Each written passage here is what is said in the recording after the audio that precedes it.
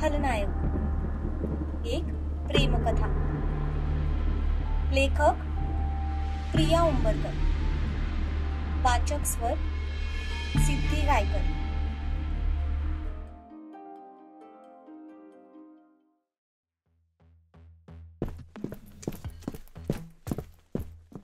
सम्राट त्याच्या ऑफिसमध्ये पोहोचला, पण केबिन मध्ये शिरताच त्याला एक आश्चर्याचा धक्का बसला. कारण त्याच्या जागेवर त्याचे आबा म्हणजे मिस्टर दिग्विजय खानविलकर बसले होते. आबा, तुम्ही इथे? हो, आता इथून पुढे स्वतःच्या मुलाला भेटण्यासाठी अपॉइंटमेंट घेऊनच यावं लागेल असंच दिसतंय. आबा त्यांच्या जागेवरून उठतच होते. तितक्यात सम्राटने त्यांना पुन्हा त्यांच्या जागेवर बसवलं. आबा, ही जागा तुमचीच आहे. मी समोर बसतो. बोला, तुम्हाला काय बोलायचंय? काय बोलू? बोलायला तू काही शिल्लक ठेवलंयस का? 8 दिवसांपासून घरी पत्ता नाहीये तुझा.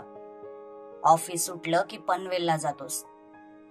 असं काय आहे तिकडे जे तुला रोज तिकडे जावं लागतंय? त्या दिवशी एक दिवस घरी आलास, त्यातही अर्ध्या रात्री उठून निघून गेलास. अरे नक्की चाललंय काय तुझं? आबांच्या या प्रश्नावर मात्र सम्राट शांत झाला. या प्रश्नासाठी त्याने अजून स्वतःला प्रिपेअर केलं नव्हतं. आणि खरं तर या प्रश्नाचं उत्तर त्यालाही माहित नव्हतं. तो तिकडे जाणं तसं काही कंपल्सरी नव्हतं ना, त्याला कोणी त्याच्यासाठी फोर्स करत होतं. पण तरीही तो रोज तिकडे जात होता. ऑफिसच्या दगदगीनंतरही 1-1.5 तासाची ट्रॅव्हलिंग करून तो रात्री उशिरा का होईना पण तिकडेच जात होता. का जात होता हा प्रश्न कदाचित अजून त्याने स्वतःला देखील विचारला नव्हता. आबा, सध्या मी एका प्रोजेक्ट मध्ये बिझी आहे आणि पनवेलला मी एक नवीन प्रोजेक्ट करतोय, त्यामुळे मला तिकडे जाणं भाग आहे. बर, प्रोजेक्ट करतोयस ते ठीक आहे, पण मग त्यासाठी रोज रात्री तिकडे जायची काय गरज? ते काम तू फोनवरून सुद्धा करू शकतोसच की, आणि वीकेंडला जाऊन सगळ्या गोष्टी मॅनेज करू शकतोस. रोज इतकी धावपळ करायची काय गरज आहे? अरे जरा स्वतःच्या तब्येतीकडे पण लक्ष देत जा. एकतर लग्न कर म्हणतोय तर तेही तुला ऐकायचं नाही. लग्न केलं असतंस तर निदान तिने तरी तुझी काळजी घेतली असती की. माझी काळजी घ्यायला मी समर्थ आहे आबा. सम्राट, आजकाल तुझी लक्षणं मला खरंच काही ठीक दिसत नाहीयेत. अरे बाबा, नक्की तुझं काय चालू आहे ते तरी सांग. तुझ्या जीवाला काही धोका वगैरे तर नाही ना? आणि तसं असेल तर आपण पोलिसांची मदत घेऊ. पण हात जोडतो बाबा तुझ्या पुढे, माझ्यापासून काही लपवून ठेवू नकोस. तुझ्या काळजीने रात्र रात्र झोप येत नाही मला. आबा, तुमची इच्छा आहे ना की मी घरी यावं? ठीक आहे, आज रात्री मी घरी येतो आणि घरीच थांबतो. अरे बाबा, मी आजच्या पुरतं घरी येण्याबद्दल बोलत नाहीये रे. तुला माझी काळजी दिसत नाहीये का? अरे वय झालंय माझं. आज नाहीतर उद्या कधीही भगवंताचा बुलावा येईल मला. आणि मला तुझी काळजी आहे रे राजा. आधीच अर्ध आयुष्य एकट्याने काढलेस तू, निदान या पुढचं तरी एकट्याने काढू नकोस. मुली एका पायावर तयार आहेत तुझ्यासोबत लग्न करायला, मग तरीही तुला एकट्याला काय राहायचंय?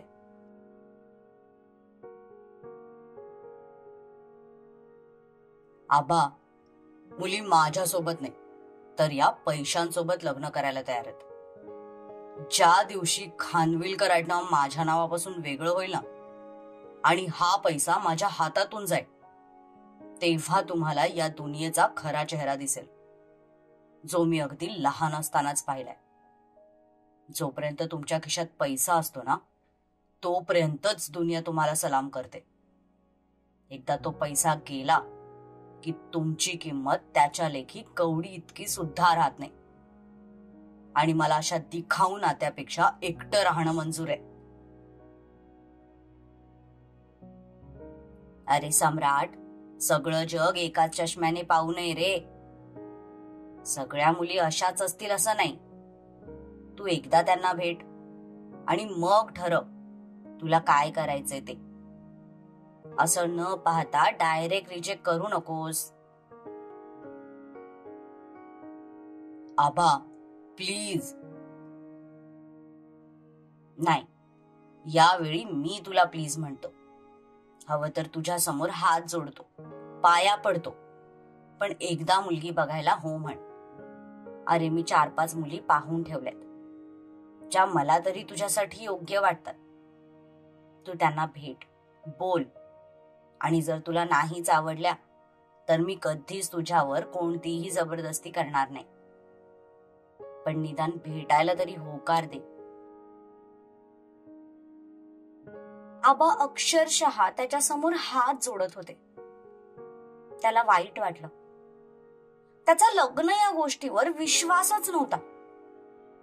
खरं तर त्याचं प्रेम या गोष्टीवर सुद्धा विश्वास नव्हता. कारण आपण अशाच कोणाच्या तरी प्रेमाचा किंवा वासनेचा अंश म्हणून या जगात आलोय, ही गोष्ट त्याच्या मनात अगदी खोलवर रुतून बसली होती.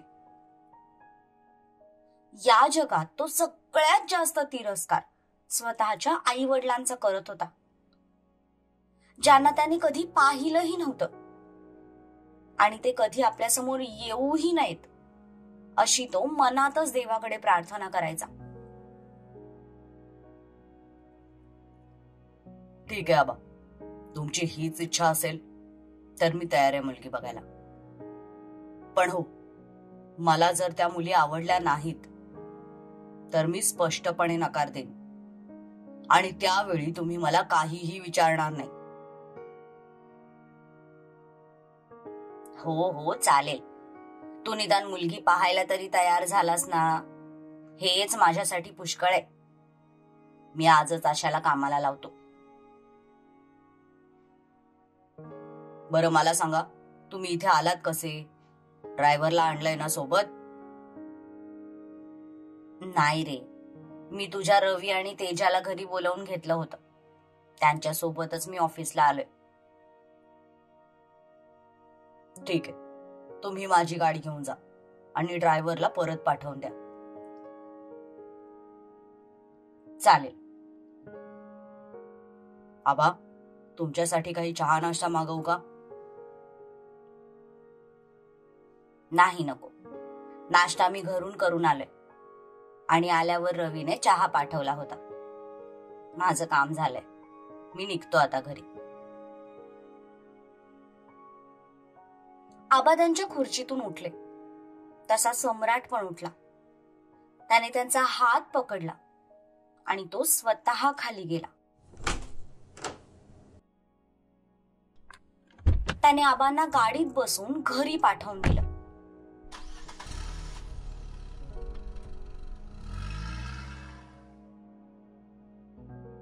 तो पुन्हा त्याच्या केबिन मध्ये आला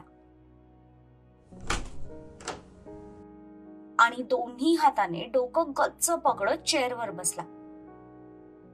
त्याला एखादी गोष्ट जबरदस्तीने करण्याचा प्रचंड राग होता आणि तीच गोष्ट तो आता करणार होता. जबरदस्तीची लग्नाची बैठक. पण यावेळी तो आबांना नकार देऊच शकला नाही. ज्या माणसाने आपल्याला स्वतःचं नाव दिलं त्याच्यासाठी आपण इतकं तर करूच शकतो, असं त्याचं अंतर्मन त्याला म्हणालं. आणि अगदी मनात नसताना सुद्धा त्याने मुली पाहण्यासाठी होकार दिला.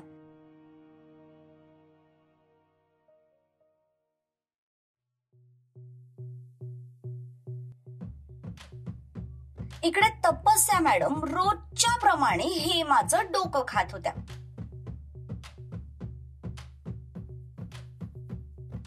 हेमा, अगं तुझं लग्न झालंय का ग?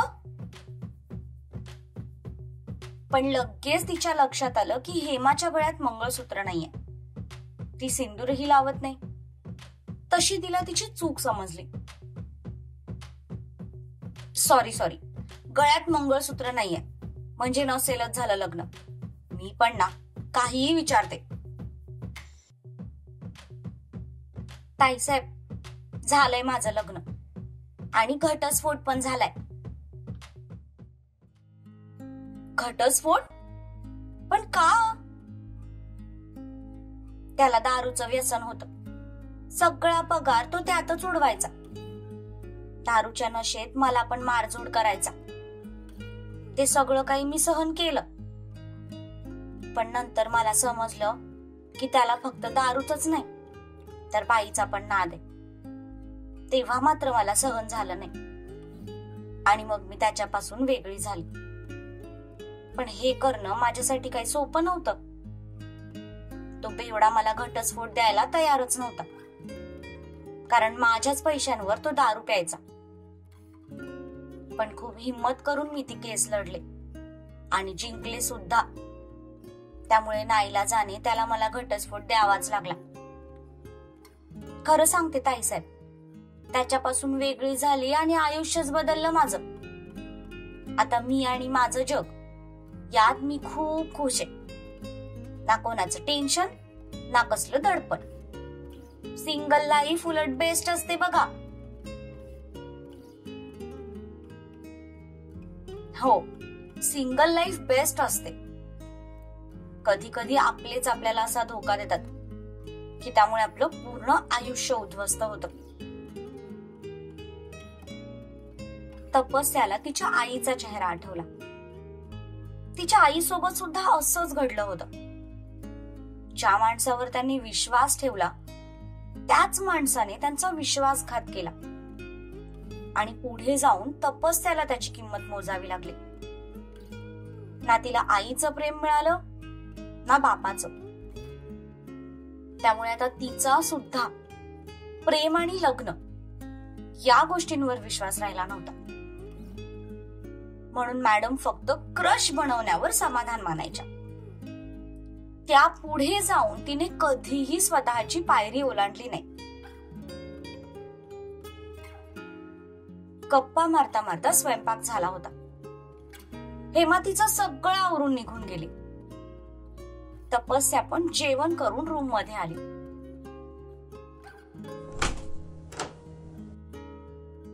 थोडा वेळ झोपू या उद्देशाने ती बेडवर पडलीच होती की तितक्यात मोबाईल वाजला. ती वैतागून पुन्हा उठली. तिने मोबाईल हातात घेतला. पण यावेळी स्क्रीनवरचं नाव बघून तिला थोडं आश्चर्य वाटलं, कारण फोन सम्राटचा होता. हॅलो सर, मी 2 दिवस तिकडे येणार नाही, त्यामुळे घराची नीट काळजी घेशील. बाहेरच्या कोणालाही घरात येऊ द्यायचं नाही. आणि घरात काही संपलं असेल तर जे सिक्युरिटी गार्ड्स आहेत त्यातल्या कोणाला तरी सांगायचं. विनाकारण तर घराच्या बाहेर पडायचंच नाही. समजलं? Okay sir. Take care. Bye. त्याने फोन कट सुद्धा करून टाकला. अजीबच आहे हा माणूस. कधी काय करेल सांगताच येत नाही. तिने मोबाईल बाजूला ठेवला आणि स्वतःला बेडवर झोकून दिलं.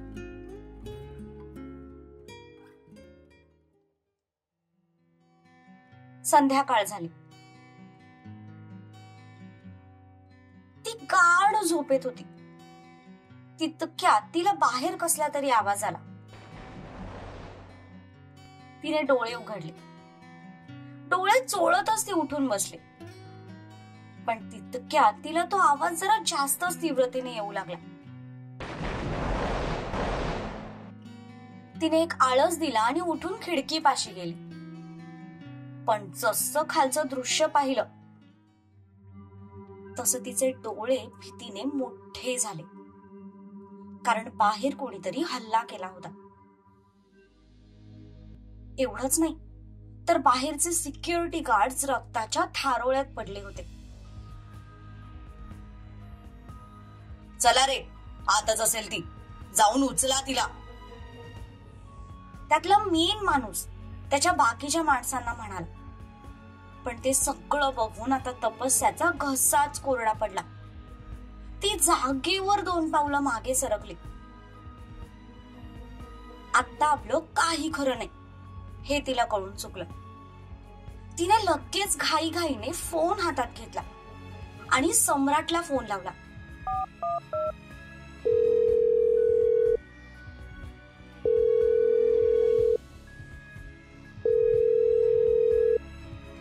पण नेमका तो तिकडे मीटिंग मध्ये बिझी होता.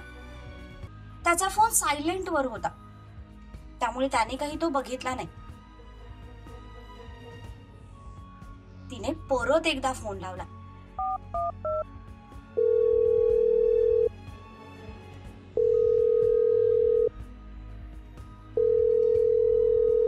पण पुन्हा नो रिप्लाय. तिच्याकडे दुसऱ्या कोणाचा नंबरही नव्हता. भीतीने तिचा जीव अगदी कंठाशी आला होता. तितक्यात तिला बाहेर बुटांचा आवाज ऐकू आला.